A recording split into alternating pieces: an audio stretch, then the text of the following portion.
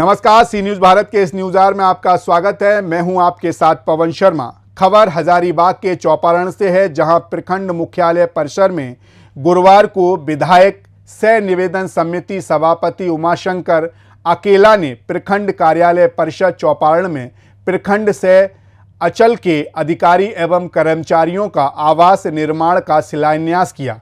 साथ ही साथ प्रखंड कार्यालय परिषद चौपारण से ही बरही विधानसभा क्षेत्र के बरही, पद्मा एवं चौपारण की विभिन्न 20 योजनाओं का भी विधायक अकेला ने शिलान्यास कर एक नई परंपरा की शुरुआत की, जिससे विधायक के विकास कार्यों को गति मिलेगी। विधायक ने ऑनलाइन शिलान्यास गौदबा टांड विद्यालय बरही, किचन शेड विद्यालय बरही, किचन शेड निर्माण हरिजन स्कूल बरही सहित अन्य योजनाएं शामिल हैं। शिलान्यास कार्यक्रम के पूर्व सभा का आयोजन किया गया, जिसकी अध्यक्षता प्रखंड कांग्रेस अध्यक्ष मोटू यादव व संचालक बैजू गहलोत ने किया। इस दौरान बरही विधायक सह सभापति निवेदन समिति उमाशंकर अकेला के साथ उप प्रमुख प्रीति गुप्ता, विधायक प्रतिनिधि रामफल सिंह, ताजपुर मुखिया प्रतिनिधि अभिमन्यु प्रसाद भगत, रेवाली पासवान, शिक्षाविद शंभू नारायण सिंह, निजामुद्दीन अंसारी, छापा मुखिया प्रतिनिधि विनोद सिंह सहित सैकड़ों कार्यकर्ता उपस्थित रहे। वही कार्यक्रम को संबोधित करते हुए विधायक अकेला ने केंद्र सरकार पर जमकर बरसते हुए क्या कुछ कहा, आइए आपको बताते हैं। कि बरही विधानसभा में विकास पुरुष सिर्फ नाम नहीं है, काम भी है, जो दिखने को आज लग रहा है। जिस तरह से पूरे बरही में सड़क का जाल बिछाया जा रहा है, सड़क ही नहीं, हर विभाग में इनका कार्य चल रहा है, चाहे स्वास्थ्य विभाग हो या पुलिस विभाग हो या शिक्षा के प्रति हर जगह यह जागरूक है। और हमको लगता है कि 24 घंटा में 18 घंटा इसी काम में ही व्यस्त रहते। इनका 24 घंटा यही रहता है कि हमारा क्षेत्र का कैसे विकास हो। हम लोग को देखते हैं कि आवास पर खास करके महिलाओं के लिए तो अधिक यथोचित करते हैं। आज एक मामला था इस तरह का महिला पुरुष का, एक विकलांग महिला के साथ कहीं से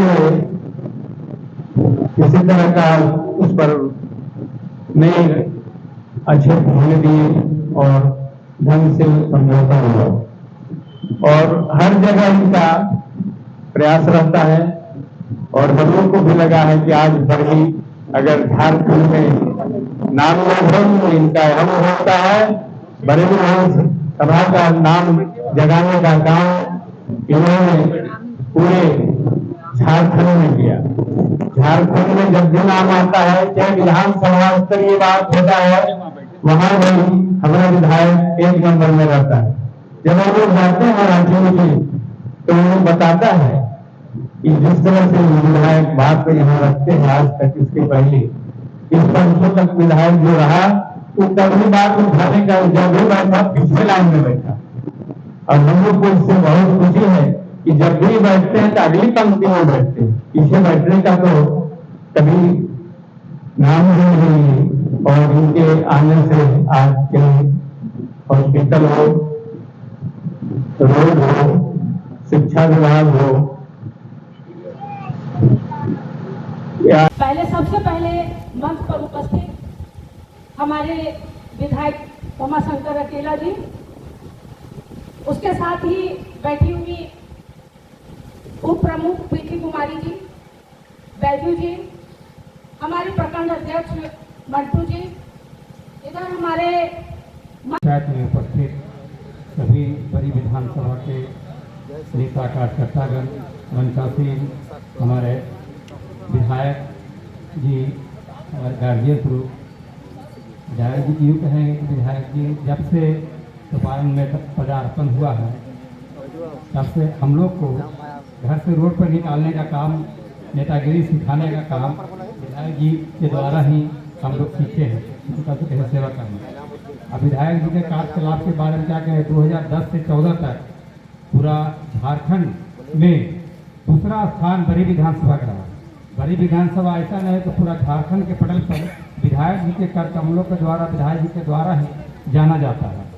हमको लगता है इस बार 2019 से 24 तक में अगर आकलन किया जाए तो हम लोग का बड़ी विधानसभा विकास में हमको लगता है अव्वल आएगा, 1 नंबर में आएंगे। खबर तो 10 से 14 में सेकंड पोजीशन था बड़ी विधानसभा के विकास में। इस बार तो हम लोग का लगता है कि पोजीशन झारखंड में अव्वल होगा। हम उम्मीद करते हैं जितना ही काम किए, 1 महीना से शिलान्यास कार्यक्रम ही चल रहा है। अभी आचार संहिता लगने को है, इसलिए एक साथ यहाँ शिलान्यास ताजपुर पंचायत का भाग्य अच्छा है जो सबका शिलान्यास हमारे पंचायत के धरती पर किया जा रहा है। इसके लिए मैं सब आप लोग को वंदन अभिनंदन करता हूँ। और विधायक जी को एक बार हुआ कि हम लोग ब्लॉक में घूम रहे थे तो लगा कि सुबह फील्ड में घूमने आते थे तो देखते थे कि आधार कार्ड के लिए सुबह 4 बजे भोर से ब्लॉक में पत्थर से अपना लाइन लगाते थे कि आधार कार्ड हमको सुधारना है। तो विधायक जी को हम कहे कि विधायक जी ऐसा कि 4 बजे 3 बजे भोर से लोग आधार कार्ड सुधारने के लिए यहाँ ब्लॉक में लाइन लगाते हैं और कितना को हो नहीं पाता, 2 दिन 3 दिन 4 दिन लग जाता है। तो विधायक जी को हम लोग कहे कि विधायक जी मैंने जाके विधानसभा आवाज उठाए और ऐसा आवाज उठाया कि समझिए कि हर एक प्रज्ञा केंद्र में मतलब पूरा झारखंड में प्रज्ञा केंद्र में सुधारने का आधार कार्ड सुधारने का हुआ, जो बिल्कुल आसान हो गया। विधायक जी को समझ में आया कि यहाँ डिग्री कॉलेज चौपारण में नहीं है, तो डिग्री कॉलेज हमको लगता है कि इलेक्शन के बाद तो लगता है डिग्री कॉलेज बनना भी शुरू हो जाएगा। और रोड तो जहाँ भी रोड का काम हमको लगता है 20 साल अगर विधायक जी होते विधायक तो हमको लगता है बड़ी विधानसभा में काम खोजना पड़ता कि कहाँ काम करना पड़ता है, कहाँ काम मिलेगा, कहाँ काम करना है। इतना काम विधायक जी ने किए। और आज राशन की बात कर रहे हैं, राशन तो उनके कार्यकाल में महीना तो महीना तक बोल हो जाता था, आज तो कम से कम 1 किलो कम मिलता है। बैजू गहलोत जी आज चौपारण प्रखंड में प्रखंड विकास पदाधिकारी, अंचलाधिकारी, पर्यवेक्षकीय, तृतीय एवं चतुर्थ वर्गीय कर्मचारी, आवास एवं प्रखंड परिसर का विकास तथा विविध निर्माण कार्य का शिलान्यास कार्यक्रम में उपस्थित हम लोग सभी के माननीय विधायक श्री उमाशंकर अकेला जी के मसीहा भी हैं। आज इस कार्यक्रम में ही उपस्थित हम लोग चौपारण प्रखंड के उप प्रमुख बहन प्रीति गुप्ता जी,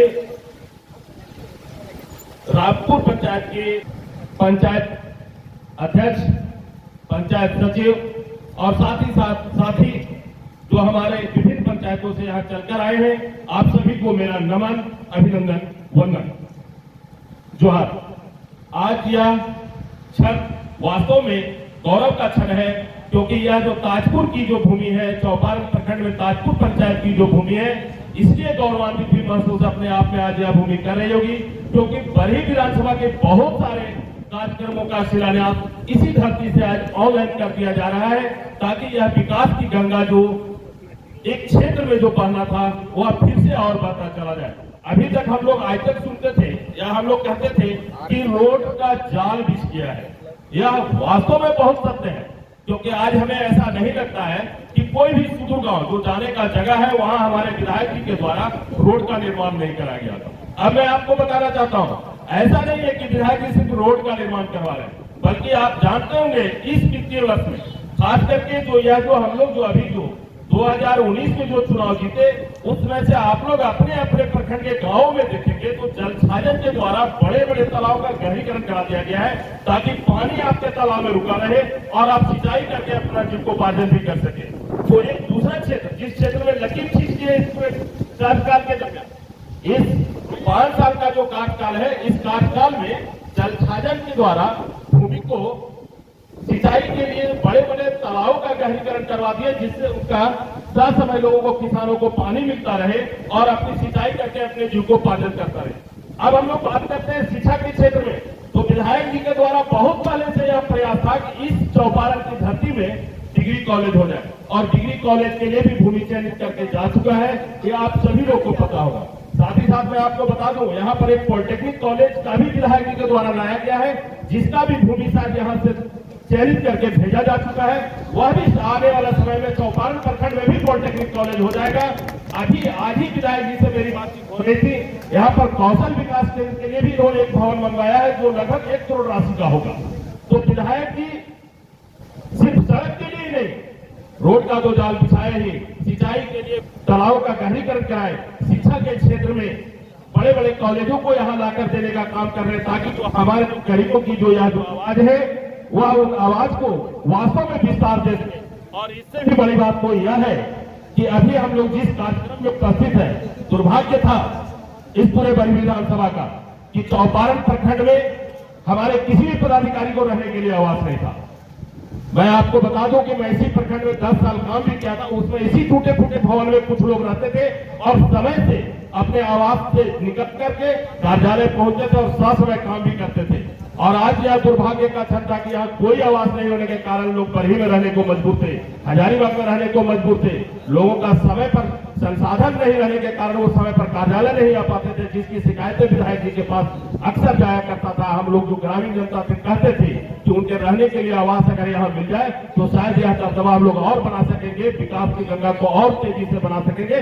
और आज यही क्षण है कि जिस क्षण आप इस कार्यक्रम में भी शिलान्यास हो गया, अब आने वाला दिन में हमारे सभी पदाधिकारी मजबूरन यहाँ रहेंगे, क्योंकि अभी उन लोगों को तो मिल जाता होगा, इसके लिए अतिरिक्त भत्ता के रूप में उनका आवास भत्ता जो है मिलता होगा, वह दूसरे जगह भी रह लेते होंगे। लेकिन जब यहाँ पे वास्तव में बिल्डिंग यहाँ बन जाएगी तो उनका आवास भत्ता में कटौती हो जाएगा, उनको आवास आवंटित हो जाएगा। और जब आवास आवंटित रहेगा तो वो दूसरे जगह नहीं रह सकते, उनको अपने क्षेत्र में ही रहना होगा।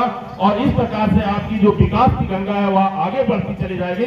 मैं इन्हीं चंद शब्दों के साथ माननीय विधायक जी को धन्यवाद देना चाहता हूँ इस मंच के माध्यम से कि डर के कहते हैं कि ये गारंटी है। राहुल जी ने घोषणा किया था, कांग्रेस ने घोषणा किया था कि हम 2 लाख तक किसानों का कर्ज माफ करेंगे। और था उनको, मैं भी सामने था। इस तरह का ईडी और सीबीआई का कार्रवाई चल रही है इस देश में। ये 400 पार का नारा दे रहे हैं तो दूसरे दलों के साथ आपका गठबंधन करने की जरूरत। उत्तर प्रदेश में ये गठबंधन करें तो जायज, पल्लवी पटेल से गठबंधन करें, वहां पर हुए हैं उनके साथ ही जितने भी विधायक के कार्यकर्ता, वरिष्ठ कार्यकर्ता हैं, सभी का हार्दिक अभिनंदन, हार्दिक अभिनंदन है। आज विधायक जी की बात अगर कही जाए तो इनका विकास का तो बात कहना ही नहीं है। मेरे को याद है जब मैं मुखिया के पद पर थी, 12 साल में मुखिया रही, विधायक जी ने एक बार देखा था, मैंने अपनी बात इन्होंने मंच पर रखा था कि एक लड़की थी, जब साइकिल बांटने की स्कूल में बात हो रही थी तो एक बच्ची, जब सबको मिल रहा था, पहले शायद हरिजन को खाली मिलता था, एससी को मिलता था, तो एक बच्ची फॉरवर्ड कार के इनके पास आई और बोलती है, विधायक जी मेरी क्या गलती है अगर मैंने बड़े जाति में जन्म लिया जो मेरे को साइकिल नहीं मिला। विधायक जी ने, यही एक विधायक है जिन्होंने विधानसभा में आवाज उठाया और आज स्कूल में जितनी तरह की भी जितनी बच्चियां होती हैं सभी को साइकिल उपलब्ध कराया जाता है। ये इनका है मांग। मैं आपसे आग्रह करूंगा कि ये पर्व का साधारण बात मत समझना। ये त्योहार है भारत के निर्माण के लिए, ये त्योहार है भारत के संविधान बचाने के लिए, जिन्होंने अम्बेडकर साहब ने इतनी संविधान लिख करके सभी लोगों को इंसाफ देने का काम किया, आरक्षण देने का काम किया, सारे संविधान उन्होंने लिखा। लेकिन आज भारतीय जनता पार्टी संविधान को बर्बाद करना चाहता है। आज आपके कंधों पर बड़ी जिम्मेवारी है, आपके कंधों पर है। यदि जो 24 के चुनाव में यदि जो भारतीय जनता पार्टी को आप नहीं हराते हैं, तो हमको लगता है कि राजतंत्र हो जाएगा। कभी चुनाव का मुंह नहीं देखेगा, कोई गरीब का बेटा एमपी नहीं बनेगा, कोई गरीब का बेटा एमएलए नहीं बनेगा। इसलिए आप तमाम नौजवानों से, जो हमारे संवेदक आए हैं, वो भी देश के नागरिक हैं, आपको भी वोट देने का अधिकार है। और एक बुद्धिजीवी भी है, आप बुद्धिजीवी के कर्तव्य होता है कि कि पूरे लोगों को बताने की जरूरत है कि ये आज एमपी के लड़ाई नहीं लड़ रहे हैं, प्रधानमंत्री के लिए लड़। हमारे राष्ट्रीय पूर्व अध्यक्ष राहुल गांधी जी जो कभी देश के मानो इतना बड़े घराने में पैदा हुए, कई उनके घर में प्रधानमंत्री बने, लेकिन उनकी चिंता हुआ कि उनकी दादी की हत्या हुई, उनके पिताजी की हत्या हुई, और सबसे बड़ा चीज है आप जाके उस परिवार में खास करके त्यागी महिला। पत्रकार बंधुओं, आज तक उतने बड़े त्यागी महिला भारत में तो हम नहीं जन्मी हो, लेकिन भारत के बहू बन के आई और उन्होंने कहा कि मैं भारत के बहू हूं, लेकिन मैं त्यागी महिला हूं। क्या त्याग किया उन्होंने? जब 2004 में कांग्रेस पार्टी की सरकार बनने वाली थी, बहुमत की सरकार बन रही थी, लेकिन उन्होंने, लोगों ने कहा कि प्रधानमंत्री सोनिया जी बन जाए, लेकिन उन्होंने नहीं। आज तो हम लोग वार्ड के सदस्य में लड़ते हैं, मरते हैं, मुखिया के लिए लड़ाई लड़ते हैं, विधायक के लिए लड़ाई लड़ते हैं, एमपी के लिए लड़ाई लड़ते हैं, लेकिन ये कितना बड़ा त्यागी महिला है। और उस त्यागी महिला को कहते हैं कि परिवारवाद करता, उस त्यागी महिला को कहता कि परिवारवाद है। और भारतीय जनता पार्टी की यह सोचना चाहिए कि 2004 में जब अटल बिहारी वाजपेयी की सरकार समाप्त हुआ, अब कांग्रेस पार्टी की बहुमत की सरकार बनने की तैयारी चल रही थी। सारे देश के लोग, कांग्रेस पार्टी के लोगों ने कहा कि सोनिया जी आप प्रधानमंत्री बन जाओ, लेकिन सोनिया गांधी के त्याग के पर यानी कि चर्चाएं पूरे दुनिया में है, भारत ही नहीं पूरे दुनिया में चर्चा है, चाहे अमेरिका हो, चाहे ब्रिटेन हो, चाहे रूस हो, चाहे जापान हो, चाहे पाकिस्तान हो, चाहे बांग्लादेश हो, सारे दुनिया में त्याग की मूर्ति के रूप में कोई भारत के बहू बनने का सौभाग्य प्राप्त हुआ है, वो सोनिया गांधी हुआ है, सोनिया गांधी है। प्रधानमंत्री नहीं बनी, हमारे देश के महान अर्थशास्त्री डॉक्टर मनमोहन सिंह को प्रधानमंत्री बना करके पूरे देश के मान और सम्मान बढ़ाया और अर्थशास्त्र में, और वो इस प्रकार से नीति लागू किया कि महंगाई को कभी आगे बढ़ने नहीं दिया। हजारीबाग से सी न्यूज संवाददाता मुकेश की रिपोर्ट। फिलहाल इस न्यूज आवर में इतना ही। देश दुनिया की तमाम खबरों के लिए बने रहिए सी न्यूज भारत के साथ। हर खबर आपके साथ, आपके हाथ।